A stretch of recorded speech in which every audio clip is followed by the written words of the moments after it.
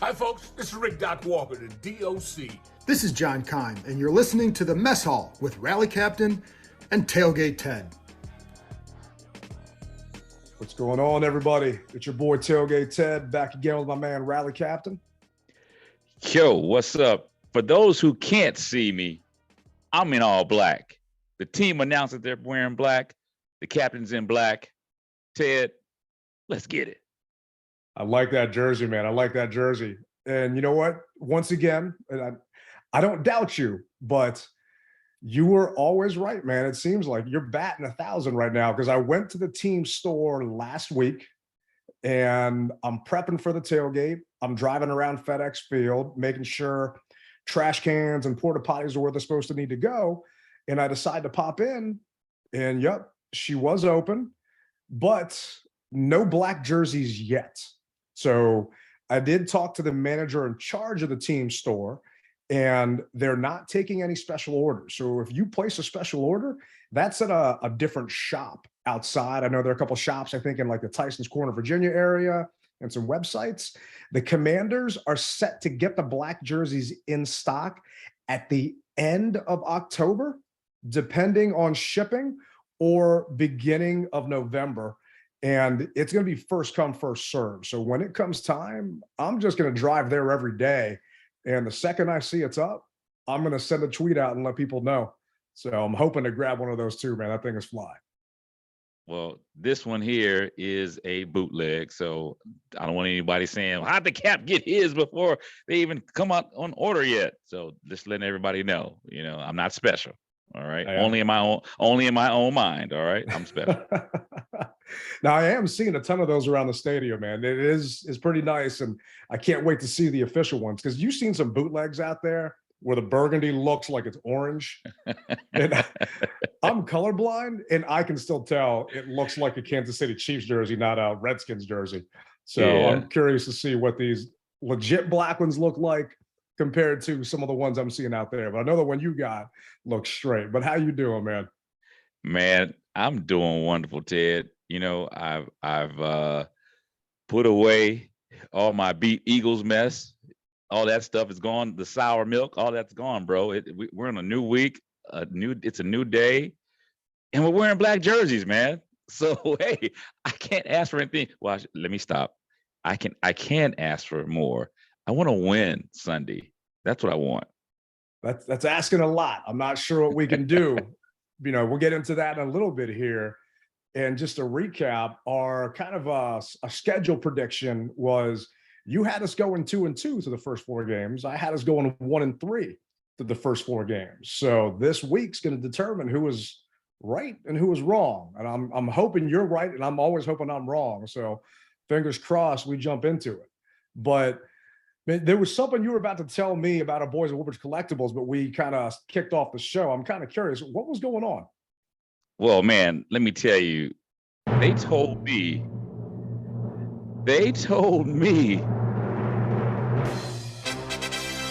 that Clinton Portis on Saturday, November 12th, is going to be in Virginia Beach at the Virginia Beach Fieldhouse. And he's going to be there with former players that will be announced later on, that actually they're going to be signing autographs, man. Can you believe it? That's awesome. Oh my goodness, dude, who are you telling? Because I love Clinton Portis, and I think that the majority of the fan base love Clinton Portis also. But here's the deal. If you want to purchase tickets, advanced tickets can be purchased at woodbridgecollectibles.com, or you can purchase them the day of the event. Now, it's just not going to be Clinton. Like I said, they're going to have other players that are going to be announced shortly. They're going to offer photos, jerseys, helmets, footballs, and other limited items will be available to purchase at this event. If by chance you can't make it to Virginia Beach, they are accepting mail-in items. Are you serious? Oh yeah, man. And the thing is, you can even purchase your tickets online. Just make sure that you mail the item, and they'll make sure to mail it back to you. So you got to have your return postage on there so that they can mail it back to you, or your address so they can mail it back to you. So stay tuned. to their website for more details. And that's at woodbridgecollectibles.com. Oh, that's badass, man. Because I know we got listeners all over the place. We had a guy from South Jersey. We got a guy from Charlotte that called the other day. There is still that listener from Spain. It wasn't John Kime when he was out there that's still listening, because I can see the analytics and demographics on the back end. So you can actually send them whatever you want signed, and then they'll just mail it back to you if you can't make it to Virginia Beach. So that's pretty badass. Oh, yeah. That's excellent, man. That is excellent. Who knew, So you stick with the mess hall, the DMV mess hall, get your item signed. Come on. Work with Woodbridge Collectibles. They'll do you right. And they also have some of the best framing that you can buy. Yeah, they had my Kerrigan jersey that I still need to pick up from Rudy at the tailgate this past Eagles game, and had it on display in the back of their truck bed because they set a little shop up there on Sunday at the tailgate. And that was actually the first time I'd seen it in person. There's a picture of it on the YouTube video right now, but I still need to get down to Woodbridge and go grab it for them. So they do an amazing job. And I know CP, and I used to travel with Mama Portis to different away games. And there are a couple of times when I went to Philly that I actually sat with Mama Portis, and we had security, because ever since she got a beer dumped on top of her on TV one time, they actually provided us with, a couple of guys with some earpieces in, and, not saying they were strapped, but they made sure that we were straight the entire game. And I love me some Clinton. He's a good dude. He's definitely a commander, Redskin at heart. And I'm excited. I'm hoping to maybe be able to get down there. I also know that's the weekend of the Eagles game that you got your bus trip. So should be fun. And I think I saw your flyer for your Cowboys rally you're doing out there. They got something that you're going with out there too for Dallas? Oh yeah. So this Saturday from 5 to 7 at Boomer Jack's Bar and Grill at 10250 Technology Boulevard in Dallas, we're going to be having not only a Fred Smoot jersey with a special saying on it, we're going to be having a Gary Clark autographed jersey. What? And also, to put the cherry on top of things, for all of my Redskin fans that are out there, such as myself, we have an autographed football with Darrell World Grant, as well as chicken dinner! as well as Dexter Manley. Now, the tickets for these items will be $5 per ticket, or $6 for 20 tickets. I'm sorry, $20 for 6 tickets, excuse me. And all the proceeds go to the Red Cross. So you get to get some vintage stuff from your favorite players, as well as proceeds go to a good cause. So it's a win-win. That's awesome to hear, man. I'm jealous. I mean, shoot, I want to make that trip just to get a chance to win that stuff, man. That's actually pretty awesome. So, but now that we got the business out of the way, it's Dallas week. Like you said earlier, all that Eagle stuff is behind us. You know what? You just got to move on. There's a reason why the players get Tuesday off. They come in Monday, they watch film, they get treated, see what's going on. And then Tuesday, they got an off day to try to move past that loss and just focus on the next upcoming opponent. And we all know what happened last week. We're going to try and just move past it as a fan base and as a show, and just let's dive right into Dallas, man. And I don't know about you, but this doesn't feel like Dallas week to me. Maybe because this is the soonest we've actually played them in the season since 2011 is actually what I read. Mm-hmm. It feels off. Maybe it's because we're the Commanders now and we're not the Redskins versus Dallas, but it's still Dallas week. It hasn't changed. That rivalry is still there.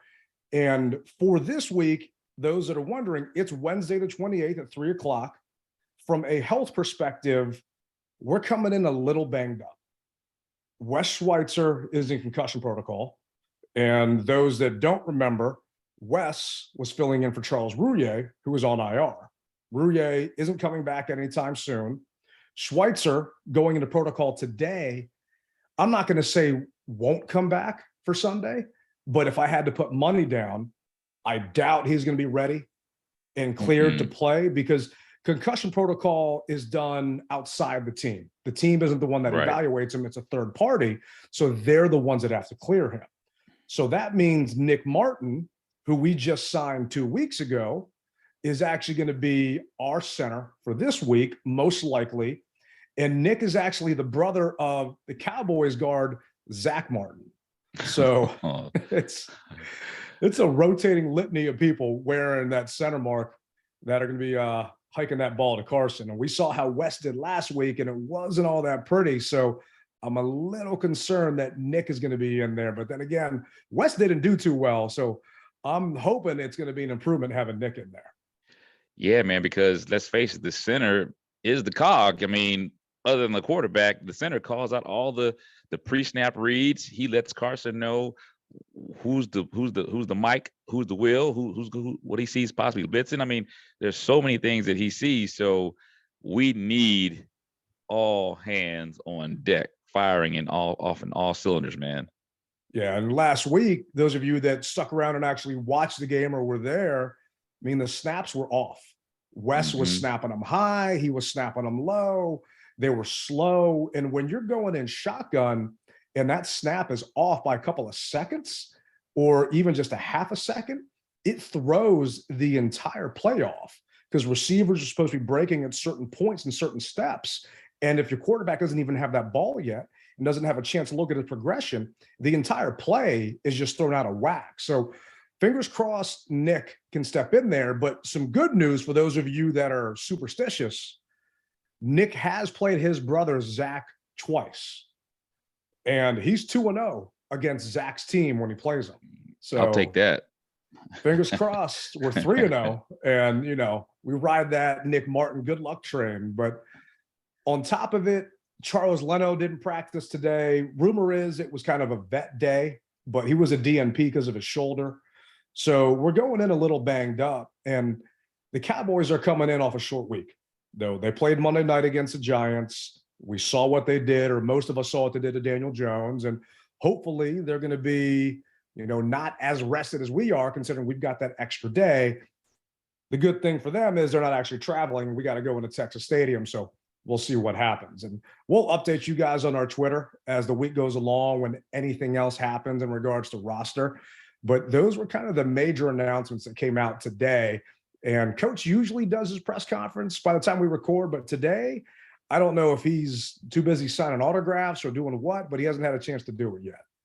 He's getting his black jersey fitted. That's actually, that could be what it is. You know, people don't have theirs yet. So I saw him getting fitted for his new Hispanic Heritage Month sneakers he's rocking that I think they're going to auction off. And those things actually were pretty awesome. So, and Coach does have those new Commanders shoes that when I went to the team store, they still don't know when they're going to get them. So I might have to see if I can give Coach a couple of dollars to just take them off him next time I see him. What size shoe does he wear? I want to know. Actually, I'm not going to lie, because I took that picture at training camp. I tried to line my foot up close to his in the picture to see if they would match up. But, you know, there are probably easier ways to get it. Maybe the equipment manager or somebody knows someone inside there other than, you know, trying to give Rivera a couple of dollars. But we'll see. He knows I'm not a fan, so I doubt he would give me his shoes. But we typically jump into the power rankings when we're previewing the week's upcoming matchup. And last week we were 27th. Not surprised that we dropped this week. So we are 30th this week. Going into week 4, we're 1-2. Out of 32 teams, we're 30th. Out of 32 teams, we're 30th. And jumping into it, NFL.com was saying Sunday was a measuring stick game for the Commanders, who came up short in pretty much every way possible. The Eagles got an eye-opening breakout performance from Devonta Smith to put a 24-0 lead over Washington, then unleashed their pass rush on poor Carson Wentz, who was sacked 9 times in a 20-48 loss. Wentz is the type of quarterback who can act spooked when his protection isn't right, and the Commanders' offensive line is not nearly good enough right now to get this attack to a consistent, proficient level. And we said we weren't going to harp on it. Carson got nailed. He was disheveled. He was all over the place. And that Eagles line, they brought pressure. And the scary thing, and we'll jump into it when we start previewing the game, is I think these Cowboys are actually better than that Eagles front. So it's going to be interesting to see what happens. Where do you think the Cowboys are on the power rankings? Okay, so they beat the Giants on Monday night. They beat the Bengals and they lost to the Bucks in week To the one. Bucks for week one. I'm gonna say anywhere between 12 and 15, 12 and 16, something like that. And I can't give you I don't know, but that's just what my barometer is looking at, 12 and 16. It's not bad, man. Like I said, you're always right. When they were 21st before the Giants game, they jumped up 8 spots to 13th now. Jeez. Yeah. And that's 13th with Cooper Rush. And me and a lot of other Commanders / Redskins fans were sending all these memes out there on Monday where they were 0-1 against the Bucks and Prescott was out, just, mocking the Cowboys. I hate them. Most of our listeners hate them. If there's a Cowboy listener listening to us, thank you for the ratings, but I don't trust you. And I can't stand your team. But the NFL thinks you guys are 13th best, saying the Cowboys are winning games, and Cooper Rush has been a major reason why. The backup quarterback inserted into the starting lineup after Prescott's week 1 thumb injury has done excellent work in back-to-back wins over the Bengals and Giants. Rush was at his best down the stretch on Monday night, completing 12 of 13 passes on consecutive drives in the second half. The go-ahead touchdown, a perfect dart of a corner end zone strike to CeeDee Lamb, couldn't have been thrown better by Dak himself. Not bad for a guy who was cut at the end of training camp and left unclaimed by 31 other teams. I didn't know that the Cowboys cut him. And then they just picked him up. Yeah. Yeah. I didn't know that. Well, I do remember that there was this big story about Dak. They were only going to bring in one quarterback, and that was Dak. And then everybody said, wait a minute, Jerry, you got to have a backup. Because at one point in time, he was talking about only having Dak. And we see what happens. You got to, no matter what team you play for, you got to have an insurance policy. And so they did the right thing by bringing him back in. But as far as that throw to CD in the end zone, let's face it, man, football is skill and luck. And that throw was a little bit of both. So I'm not going to just give him praise just yet. I mean, don't get me wrong. I do like what I see that he's doing, but there's a lot of luck involved as well. So, hopefully Lady Luck will be on our side this week. Right. We got that Nick Martin lucky charm going against his brother. So fingers crossed, we'll see how it goes. In this matchup, depending on which sports book you're looking at, you can get us at 3.5 point dogs in this game. So I put money on the Commanders last week. I lost every single one of my bets, so do not take advice from me. I ended up buying a point and got the Commanders at 7.5 on FanDuel, and that obviously was a big fat dud. I took Jalen Hurts to score 3 touchdowns, 1 rushing, and that failed. So I don't know what I'm talking about when it comes to putting money on it, but in regards to this matchup, we didn't get a chance to do our good, bad, and ugly when Lou joined us because we were happy to just hear Lou talk and pontificate on everything going on. But I got a good, bad, and ugly for this matchup. And the good is, depending on how you look at it, no Dak. So they took the stitches off on Monday. His thumb is still swollen, and they're saying he's probably going to come back week 5. And to me, it's almost an insult and a slap in the face that he's not going to try and come back for an NFC East game, because I'm seeing it as disrespect that they think they can get this W without QB1. So they don't need to bring Dak back. The other good is they're only averaging 15 points a game. So it's not like this Cooper Rush offense is high powered. We are definitely putting up more points than that in the second half. And if you don't count that Eagles game, but we can put up more than 15 points. So we got a shot there because this Cowboys offense, from a points perspective, hasn't been what you expect a typical Cowboy offense to be. I'm curious what your thoughts are. Who, brother. That sounds like Marvin Gaye. War is not the answer. As far as I can tell you, man, my good is I hope that I hope that like you said, Dak stays out, and I don't look at it as a form of disrespect. I think that they realize that, hey, he is their money man. They paid him all that money. Why rush him? There's no need to rush him back. And if it's still swollen, and he can't grip the ball, the last thing you want to do is bring him in. He can't grip the ball and he throws a couple picks. Obviously, we want that, but they don't want that. And then he gets scrutinized for bringing them back. So I'm okay with it. I don't think it's disrespectful. As far as my bad is concerned, my bad is still, we got to put some points on the board, man. We just have not been able to do that. And I need to see a change to be able to put that into the good column, because I still say we have yet to play 4 full quarters of football. If we do that, no matter who we're up against, I feel we can win. Yeah, I agree with you. And looks like, according to NFL stats, we are putting up 21 points a game, but obviously that is very misleading because that Eagles game, we put up 8. And that last touchdown was garbage. So, it doesn't always work in your favor when you're looking at those things.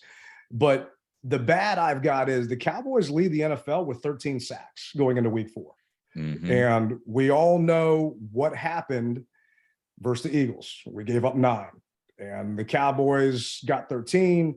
They've got DeMarcus Lawrence. They've got Parsons.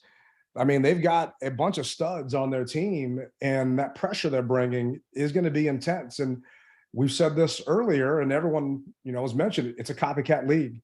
The Lions blitzed us. Granted, the Eagles didn't bring a ton of pressure. 7 of those 9 sacks were, without bringing more than 4. Yeah, they didn't need to. Yeah. Dallas likes to blitz, and went back and watched that game. My ugly is the fact that they pressured Daniel Jones 24 times. Mm-hmm. They hit Jones 12 times, and they sacked him 5 times. So watching the film, Loris was just beating up on the Giants rookie tackle all night long. So I'm thinking, okay, well, they got Jones a couple of those times just because Lawrence is just eating up on this kid, Neal. Well, went back and watched the Bengals game. They got to Burrow, and that was just legit pressure. And we know that the Bengals didn't have the best offensive line. That's probably why they didn't actually win that Super Bowl game if they would have gave Burrow more time. But this Dallas defense, they're no joke, and they're going to be a tougher test than the Eagles defense was. And now we're down to our 3rd center that was in street clothes 2 weeks ago. And Trey Turner and Norwell that look like they're on skates. I mean, it's going to be ugly if they can't do what they need to do to protect them. Well, Ted, what I've always said, and I will continue to say, Scott Turner, I'm not going to tell you to go back to the booth. I said that already. What I'm going to say is, as a father, I know which one of my kids is the smartest, so to speak. I know which faults they have. And so as I look at Scott Turner as the lineman's father, and he needs to be able to say, okay, you know what? My son, my guard son, he can't do this over here. I'd like for him to be able to do it, but I know he can't do it. So because he can't do it, I need to do something else. And that's going to be, what will Scott do? Will he roll Carson out? Will he maybe even go, what's the wildcat? Will he do something crazy to throw these guys off? Because you've got to slow them down. Now, if our running game can get something going, that will slow those linebackers down so that you can have those shallow crosses or those slants. Because let's face it, if the run game isn't popping, then they'll sit on those slants all day, and those defensive ends, Lawrence and Parsons, will just eat us up, man. So I'm interested to see what we're going to do to be able to stop these guys. Any team can be beat, but you got to have a good game plan. So Scott, don't let me down. I said 2-2. Look out for it, brother. You definitely do. You have to have a good game plan. And this week is going to come down to, what can Scott do, more importantly, to stop that Dallas rush. And this is actually a clip we didn't get a chance to play the other day about Ron Rivera and the offensive line. Yeah, I guess just overall, what did you see from the film specifically on the O-line and Carson, kind of what was going on there? Well, it was a combination of things. I think Carson put it pretty succinct last night. It's one of those things that we all share a little bit of the blame. And the ones you guys thought were on Carson, maybe holding the ball too long, can you fix that?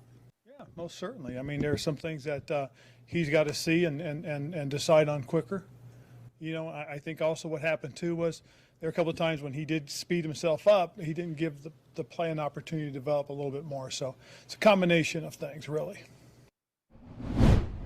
There are a ton of websites, a ton of people out there, services you can subscribe to for different stats.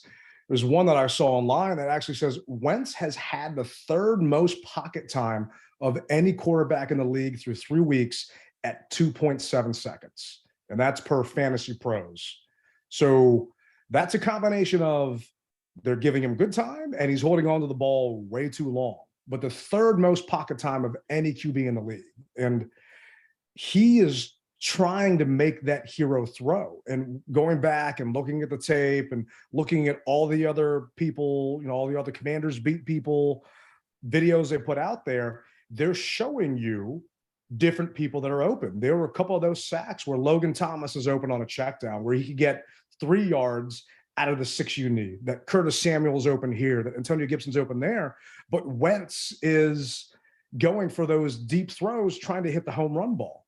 And at a certain point, it's going to have to be on Scott Turner to stop calling those plays that have those long developing routes that Wentz is waiting for, or changing his progression, because he's not going to have that time. He doesn't have that time, especially with this offensive line. And the offensive line we had last year was rated 6th. This is not our offensive line we had last year. Sheriff is gone. Rouillet is out. And yes, Rouillet went down last year. I get it. But Schweitzer came in. Schweitzer last week did not look like Schweitzer from last year. Eric Flowers is sitting at home. We don't know why.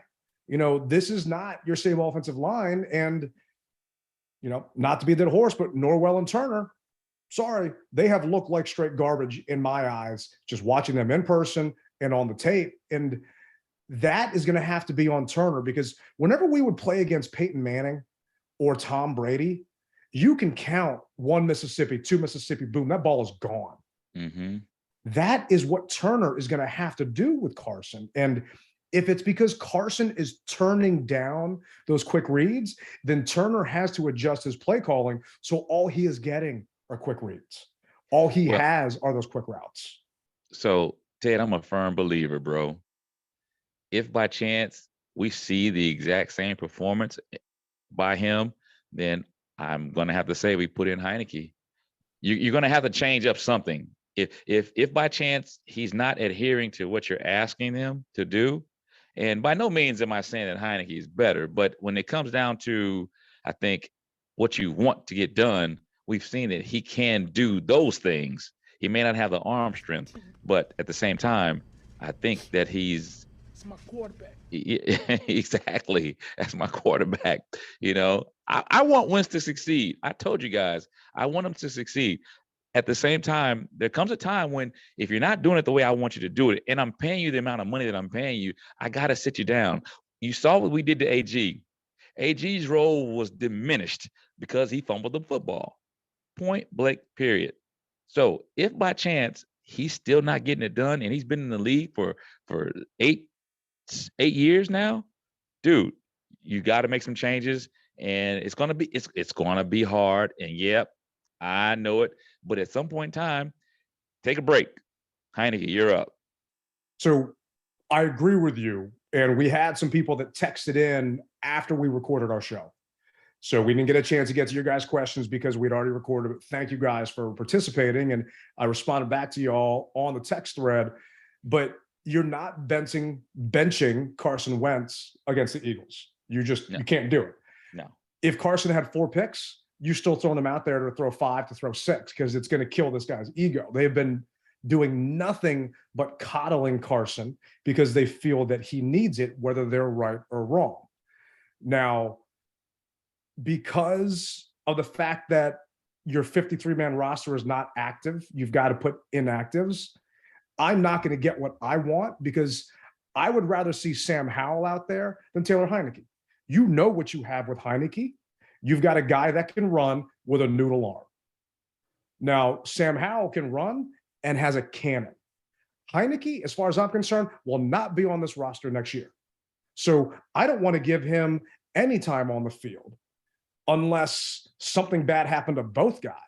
Wait a minute. Wait. Shoot. I heard what you said, but how do we know that it won't be Howell and Heineke? It's not going to happen. Because you don't know that because Carson only has a 1-year deal. No, it's not true. He has a 3-year deal. He only has 1 year guaranteed.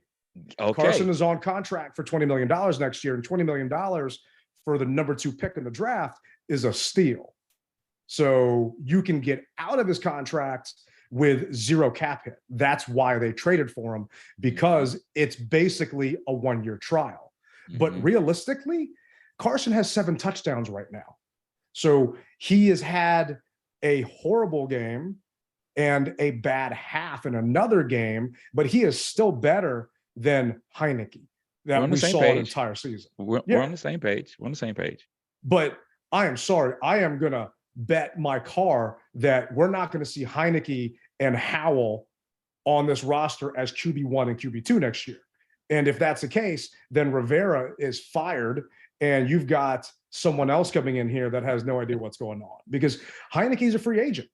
So I can't see any scenario that would have Heineke come in unless Carson Wentz gets severely injured and something happens. And we hope and pray that never happens to anybody, even if you do wear, silver and blue or green or whatever. But I can't see it. I'm sorry. We know what we have with Heineke. He is a backup. And some can say that's what Cooper Rush is. And they'd be exactly right. And Cooper Rush, the part that scares me is he was an undrafted free agent. So he's got a chip on his shoulder already. He's 3-0. He got cut, cleared waivers through 31 teams. So he knows nobody wants him. And the thing that scares me is he's been in Kellen Moore's system for 4 years. So he is like Heineke in the aspect that he knows every route. He eats, breathes, and sleeps this system and knows where the ball is supposed to go in every down and distance, in every situation, against every defense that we're going to throw at him. And that's why I think this game is actually going to be worse for us, because Cooper knows what he wants to do with the ball. Dak kind of freelances at times, and you can catch him freelancing. Rush has 514 yards. He's got a QBR of 73. And keep in mind, he's not as mobile as Dak, but he still can move. And it reminds me of that, when I've referenced the replacements again. There is no tomorrow for Cooper Rush. If Dak comes back next week, then Rush is sitting on the bench no matter how good he does. This is Dak's team. Yeah. So he has got to basically play his ass off on Sunday to potentially get another shot of playing again in the NFL. And that scares me because he has no future after this week. All right, Ted Nadamas, we'll see. I hope I'm wrong, man. I really do. But the other piece is, this Commanders offense, and you talked about Scott Turner, in the last 2 weeks combined, they ran 55 plays in the first half. And this is per John Kine. So 55 plays in the first half. 27 of those plays have gotten 0 yards or lost yardage.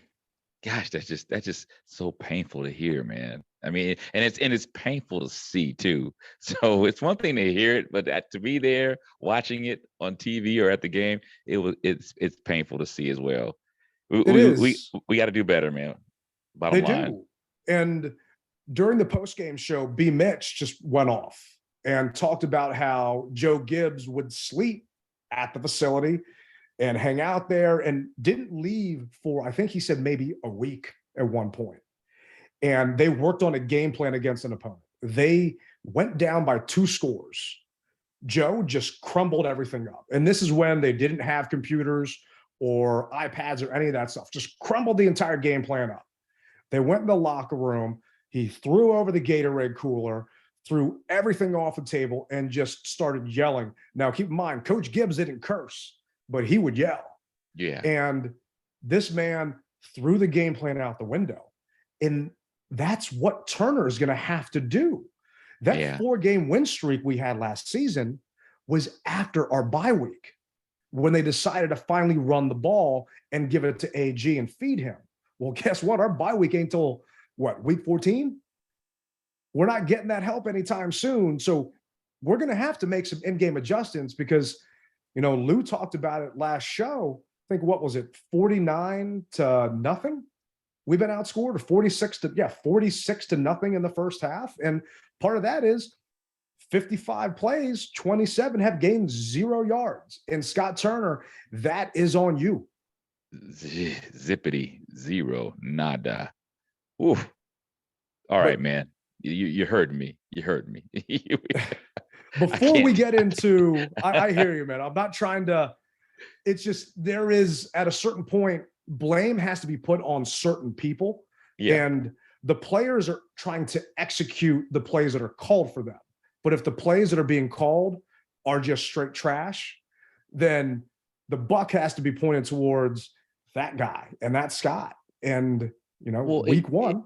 It goes back to what I was telling you. If your liner is getting blown up by the defense, your guard son, you gotta change it.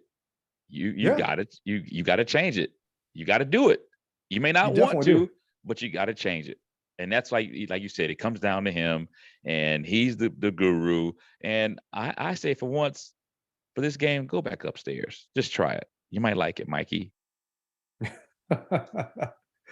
No, we asked for some listener feedback, and we really appreciate you guys doing it. It makes it a lot of fun when Riley and I get these and we see it on the show. And here are a couple text messages that we got. Some are anonymous. Okay. And, you know, the tweet we sent out earlier was, what do the Commanders have to do to beat Dallas this week? Plain and simple. One listener came back and said, what I have to say about Dallas won't be nice. So he left it as that. And I'm right there with you. I hate him. I can't stand him, but we're also trying to make this a clean show, and I don't want to stay up late bleeping it. So another listener put that, I think that Wentz needs to be faster in his decision-making when he drops back to pass. Cosme and Leno can only hold on for so long. Mm-hmm. Parsons is going to have a picnic in the backfield. I think this game is going to be a loss, as Dallas offense is a lot more cohesive. And that was from Scotty's Flow State on Instagram. So we appreciate you chiming in, Scotty. Appreciate that. Well, Ted, you know, when I was playing, man, it was E-I-E-I-O throw. And that's how it was. That's what we taught our quarterback. E-I-E-I-O throw. So you said 1 Mississippi, 2 Mississippi, 3 Mississippi, same thing, but it just rhymes better with E-I-E-I-O throw. I'm guessing your coach was a Ronald McDonald fan, or O. McDonald had a farm fan. I don't know. But we all know that Carson likes to throw, and he's got that cannon, but he's got a long windup, and he can't afford to do that. And we agree with you, Scotty. He needs to get that ball faster in that decision-making, and not to harp on it, but if Scott can call a game plan where they're quicker throws, and if you go back to the Jacksonville postgame show that we did, the Commanders, I believe, led the NFL in yards after catch, because they had some shallow throws. It's not like we were hitting bombs left and right. So if we can go back to that game plan we had before, and yes, it's Dallas's job to try and stop us from doing that, but it's our job to try and scheme it in there regardless of what they want to do. So, well, we've got playmakers. Get it out of your hand and put it in your playmakers' hands. Simple. And if by chance that gets stopped, you never know when that opportunity may come where you can go mid-range or deep or whatever you want to call it. But get it out of your hands. Get it out of your hands. What's the next one? Well, speaking of playmakers, you know, we talked about how Pete Haley put that tweet out there. Terry McLaurin hasn't had a catch until the second half in the past 2 games. So who was it? Jay Gruden was on with Grant and Danny earlier this week talking about how do you get Terry involved. Terry McLaurin's really good, and he's not getting the ball very much, Jay. I'm sure some of those sacks in the first half may have been designed to go to McLaurin, but I just can't go 3 quarters without him touching the football, and something has to give on that front. How would you fix that? Yeah, I think he's a guy that you might have to line up a little bit more in a slot. If you put him outside all the time, it's going to be hard, especially when Darius Slay's out there covering him. They can play 2 deep. They can roll to him. They play quarters. They get a guy underneath them. They play 3 deep, and they buzz a guy out in the flat underneath them. So it's hard to get an outside receiver free all the time.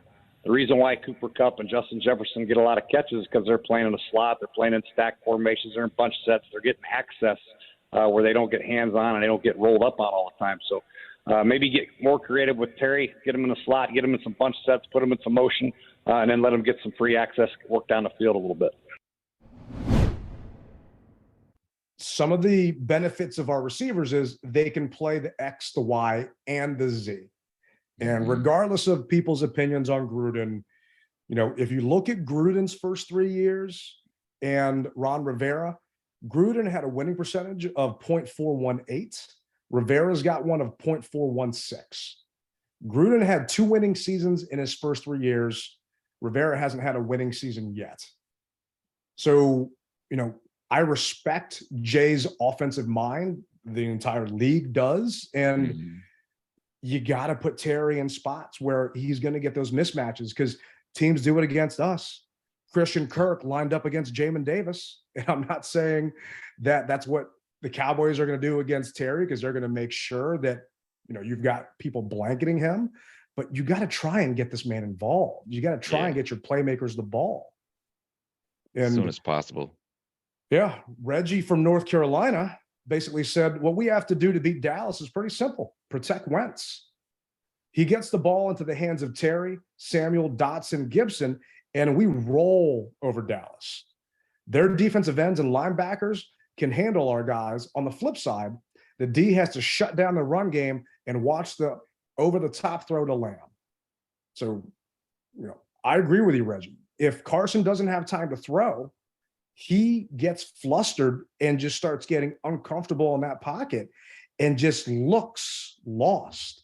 And if they aren't going to give him time, then it's going to be a long day out there on Sunday. And I feel for you being there in person, Matt.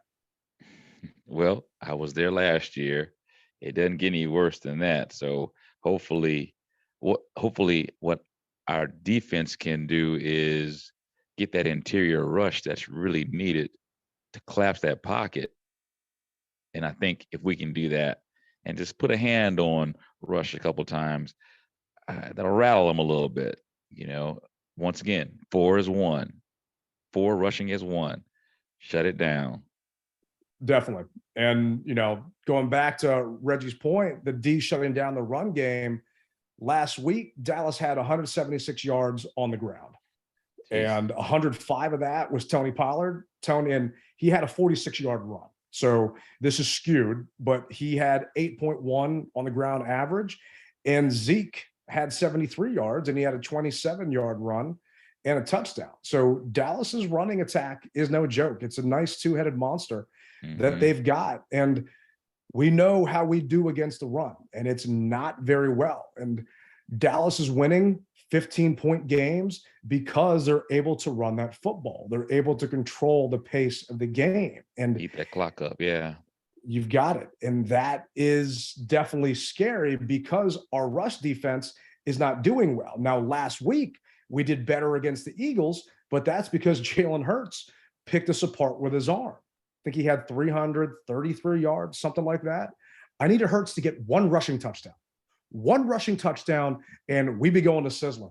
And the son of a bitch couldn't do it because we decided to stop the run at the wrong week. But, you know, I digress.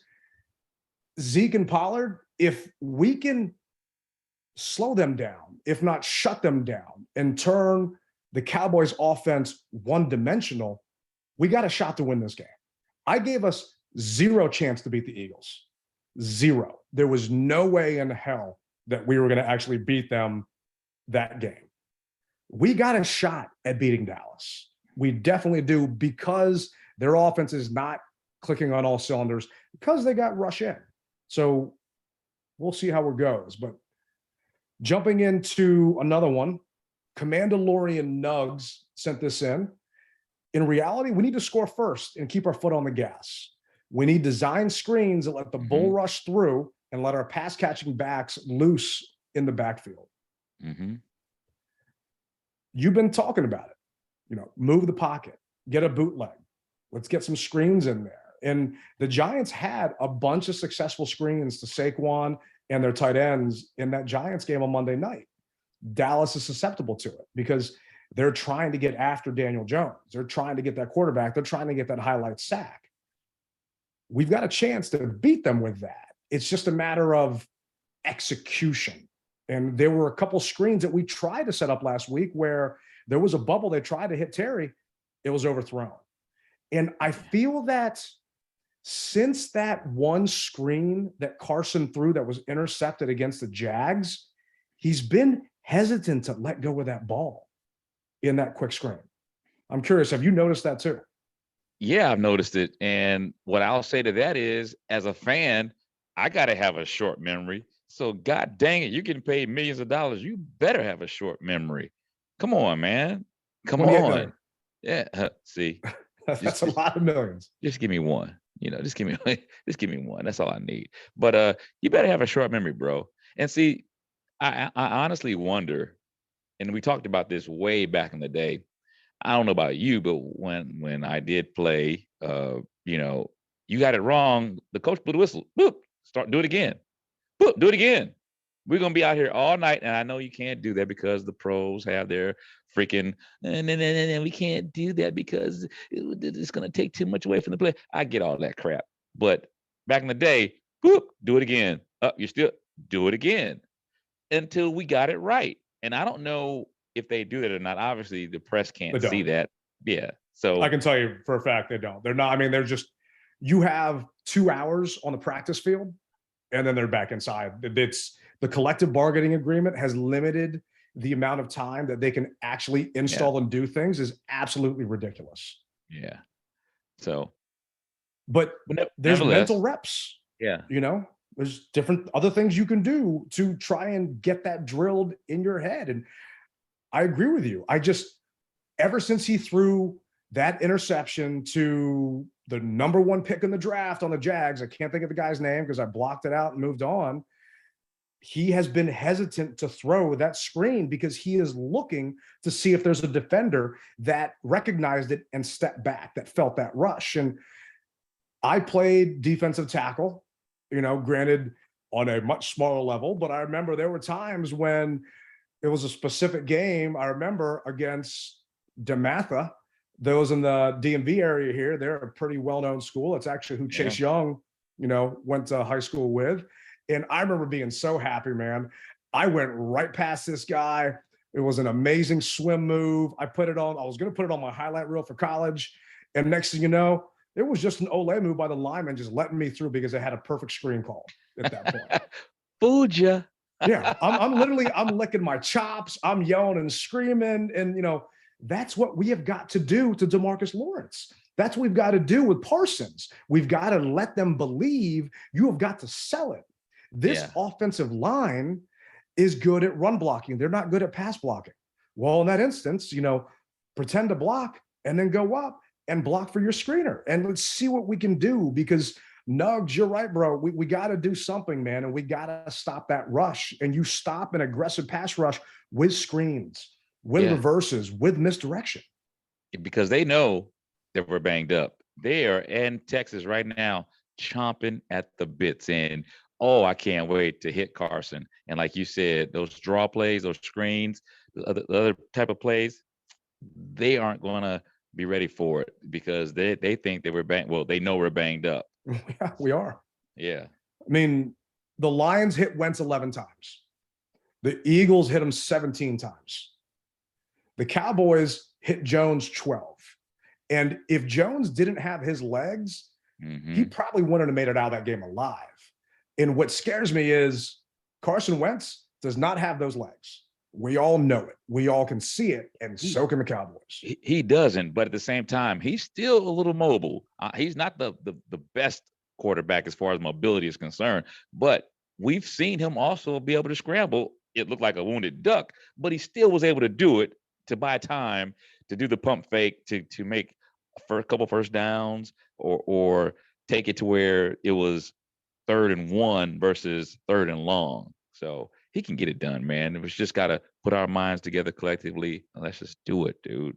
He can. And another text we got here is, the Commanders need to bring in more talent for the defense. There are some talented free agents that can at least bring in their experience. We cheaped on free agency, and now the team is paying the price, especially defense. And that person did not want to tell me who it was. I'm not sure if they're worried that Jason Wright is listening, but they, I agree with them, but who we have is who we got. People are yelling and screaming, why isn't Ndamukong Suh coming here? Oh. I hate to break it to you, but he ain't coming here because he is hoping that someone gets hurt on the contender and he can go there and play for a team that has a chance of winning something. Mm-hmm. You've got these high-priced free agents, or just defensive free agents, that have talent that they know the NFL is a brutal game. Someone is going to get hurt and someone is going to need them, and they want to sign with someone that's got a shot. We're 1-2. We're not attractive to come to. Why would you come here versus maybe the Bucs lose somebody in week 6 or week 7? And if you're saying, well, they're not playing right now, no, but they got a Scrooge McDuck vault with millions of dollars, so they don't need to play right now. Scrooge McDuck. So, I know I'm dating myself, and you are with your EIEIO, but hey, it is what it is. It works. It does. Stop trying to doggone reinvent the wheel and just play some football. It's that internal clock in your head. And this is actually another clip I wanted to play with Grant and Danny and Jay Gruden. Jay joins Grant and Danny every Monday at 5 on 106.7 The Fan here in the DC area. And if you don't get a chance, listen to their podcast, because Jay makes some great points, and he's always a fun soundbite. What would you do different? I mean, you go sit down with your OC and say, hey, maybe our plan, which we've been sticking with, it looks like kind of late into these first halves of these games, Jay, maybe you got to abandon that sooner. I mean, what kind of adjustments would you try to make? Well, we got to figure out ways to protect the quarterback. You can't have 9 sacks. Yeah. Either he's got to get the ball out of his hands, or we got to figure out ways to protect. I said that this week's going to be harder than last week. You got Micah Parsons coming to town and DeMarcus Lawrence, and that's no picnic. So if we can't block the likes of Hassan Reddick and Fletcher Cox and the sweat guy, they're going to have major problems with those guys. So we got to figure out a way to protect the quarterback, whether it's running the ball more effectively on early downs, or play actions with some max protection, or giving these tackles help. Otherwise, it's going to be a long day again. So we heard what the listeners thought about what we need to do to beat Dallas. I want to get your thoughts on how we win this game, and you're flying back on that plane, buying drinks for everybody, and just having a good old time celebrating that victory Monday. Well, as I said before, roll Carson, move the pocket. 1 or 2 trick plays that are going to be meaningful down the stretch. I think that always helps to get them off guard. And once again, playing to the tendencies of the defense, seeing what they're doing and changing it up. And 4 as 1 or 5 as 1, however many people you got down on the field trying to rush the quarterback, making an impact, getting a good rush, beating their man. I think if we can do that, we can win the game. And I'm sorry, one more. We got to have good special teams. With that, I think we can do it. Yeah, the Cowboys blocked one of the Giants' field goal attempts on that Monday night game. So, you're spot on. I agree with everything you're saying. I'm curious, who's your Woodbridge Collectibles Signature Player of the Week? And part of me is scared to ask this, because in week 2, you said it had to be Carson Wentz, if I'm not mistaken. And then I said it had to be the offensive line. And we all know how Carson's played and how the offensive line's played. So I'm starting to wonder if us picking players for this Signature Player of the Week is starting to be bad luck, but I'm not quite there yet. But who is your signature player, Woodbridge Collectibles Signature Player of the Week? If I could have 2, I would. And so Take one, and if your second one, let me see if it's going to be mine. We'll see how it goes. Okay, well, I'm going to say Deron Payne. I'm going to say that we need a big game from Deron Payne to get that pressure. He's my Woodbridge Collectibles player. All right, so those are definitely a good one. I mean, Deron has been playing out of his mind. Yeah, he has. We know what happened last time he was in Dallas. You know, he caught a right hook to the face by one of his teammates. Mm-hmm. So, you know, I'm sure those Cowboys fans are going to let him know and get in his ear. And Deron's playing for that contract. Yeah. So I'm hoping you're right. And this jinx that we seem to have going on doesn't happen. But for me, it's got to be Antonio Gibson. And I'm hoping that's not who you were going to take. And if it was, then okay, you get two then. But AG against the Cowboys, he's actually had 363 yards from scrimmage against Dallas. So he's played them 4 times, 56 carries for 308 yards and 5 touchdowns against Dallas. 5 and touches. one of Wow. those, Yeah. one of those being a receiving touchdown. So we got to get AG moving, and we cannot put this game on Carson's shoulders. And going back and, you know, once again, watching the film, and if anybody wants to watch an all 22, it's out there. It's easy, because watching the game on TV does not show you what is happening. When you're there in person, unless you're sitting in the 400 level or the club level, you can't see what's actually happening. Because people are saying, why didn't Carson throw that? Why didn't he throw that? They're yelling and screaming like, nobody's open. Who do you want him to throw it to? Out of bounds, maybe, but people aren't there. And I went back and looked at all of our play action runs. Those linebackers and safeties don't give a damn. They are not respecting our run game one bit. And the reason why an offensive coordinator and a team calls a play action is because you're trying to get those linebackers to cheat up.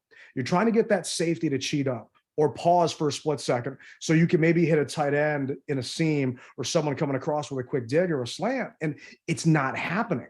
So those plays are taking too long to develop, and then Carson's getting sacked. Carson's getting hit, or there was that ball we talked about that Logan Thomas was going to. That I think it was the Lions game. Carson threw it over 2 linebackers. It's because those linebackers did not bite on the play action, and they dropped back farther than Carson thought, because in practice, our linebackers bit, and Carson thought it was going to be there. Well, it wasn't, and it hasn't been. So if AG can get moving and get this running game going like he's done in the past against these guys, his first game against Dallas, he had 20 attempts for 128 yards. His second game against Dallas, 20 attempts for 115 yards. I mean, he can run the ball against these guys. And, you know, the last 2 games he didn't do as well just because the team was down by so much and we were kind of out of it at that point. But if AG can move, and we know he can, he led the league, not led the league, but he was 6th in the league in rushing last year. And we talk about Cooper Rush having their be no tomorrow. Brian Robinson is getting better day by day. If AG wants a chance to keep this job, he better start moving and better start getting some yards and some carries that actually mean something. And you back someone in a corner, they got to box their way out. And I'm hoping AG does it this week. So Ted, let me ask you this. You look at the videos like I look at the videos, and I'm sure that everyone listening in our audience look at the videos. I tell you one thing that bothers me about AG, and I like AG. So before I say that, I want to say it. I like AG, but what bothers me about him is when something doesn't go his way, his body language tells it all, man. Have you seen that? Yeah, I mean, AG and Cam Sims, same way. I mean, just he rolls his eye. I mean, his shoulders shrug, and I'm like, dude, you're just fueling the defense to continue to try to pound you, even though you didn't have anything open. Show me some swag. Yep, bounce back. I don't care. But he's like, I mean, he throws his head back, and it's like, come on, man. If I can see that, I know they can see it, and it frustrates them. It frustrates him, and then the defense knows, and now they can just pick on him like a little kid. The thing that kills me is I feel that he treats every run as a house call. Yeah. And he doesn't want to get those tough yards. He refuses holes at times because he's going to get hit and he's going to take some pressure on him. And he leaves a lot of yards on the ground. Why a lot of analysts did not put him in the top 10 in their preseason rankings for running backs is because he turned down a ton of holes, trying to make something out of nothing, trying to stretch plays out. And you hear about passing lanes all day long. Well, there's also running lanes. And there are times when he's refusing them. And they are there. And a play is not designed to get you the entire field the entire time. If it's 5 yards here, 3 yards there, 4 yards here, you're going to get a first down. And there was a stat that I will find and pull up, but it just kills me, like you said, his body language and what he's doing. And if he were to get 3 yards a carry, well, you know what? 3 yards on first down, 3 yards on second down. Hey, it's 3rd and 4, puts us in a better situation. So I 100% spot on agree with you there because everybody can see it. And like you said, the defense is yelling at him, they're screaming at him. And he said it himself. He took that fumble in the preseason game basically to heart and he let it bother him. And it changed his play big time. And I feel he's doing the same thing pretty much with every run. And that's without Brian Robinson breathing down his neck. Imagine when Robinson actually gets a chance to suit up. Yeah. But here we go. Staying ahead of the chains. And this is, let's see here. No, that's a different quote. I'll find it and I'll tweet it out. But it basically talked about us in second down situations. Here we go. Washington has faced 2nd and 10 or longer 29 times. That's second most in the NFL. We have gained an NFL worst 64 yards in 2nd and 10 or longer. And Wentz has been sacked 6 times in 2nd and 10 or longer. And part of this is we all know how Scott Turner likes to run the ball on first down.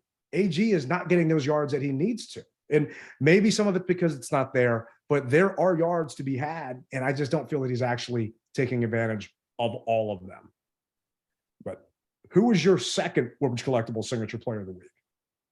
St. Juice. I like St. Juice, and he did a wonderful job. And we're going to need someone or that type of play again this week, depending on who he's matched up against. So that was going to be my other one. Yeah, no, that's, definitely agree there. We need the defensive backs, more importantly, to step up. And if we need to win this game, and if we had to pick a key, what is your key thing that we need to do to win this game? For me, we need to get turnovers. We need to give our offense a short field. It hasn't happened. We've only had 1 pick. I think, that interception that Defo got against the Jags is it. So we're 29th in turnover differential right now in the NFL. If we want to win this game, we got to give the offense a chance to have a short field and not methodically march down that thing and give Carson and AG a chance to potentially get some quick and easy scores. And hey, maybe it's not 6, maybe it's 3. Lou talked about it on our recap show. If you guys haven't seen it, check it out and make sure to follow Holder Sports. But even putting 3 points up, it's a chance to get that momentum and get things going. Well, you took mine. So I got nada. I don't, and I'm not even going to try to soft shoe it. So we can, you got me, bro. All right. Well, it's Dallas week, man. And I don't want to end the show on a bad note. And we all know who I picked to win. And we all know who Rally's picking to win this game. And I hope and I pray that I am flat out wrong. And we need to win this game. Realistically, we cannot go down 1-3 and 0-2 in our division, because if that happens, I don't think we're going to be favored until the Texans game. And that's a ways away, because we are turning into the team that everybody wants to play to get right. And we talked about our easy cupcake schedule. Well, if you look at it now, we actually have the 19th toughest schedule left. And we actually, through the first 3 weeks, according to Pro Football Outsiders, have played the toughest schedule with the Jags, the Eagles, and the Lions. The Jags are actually ranked second in DVOA.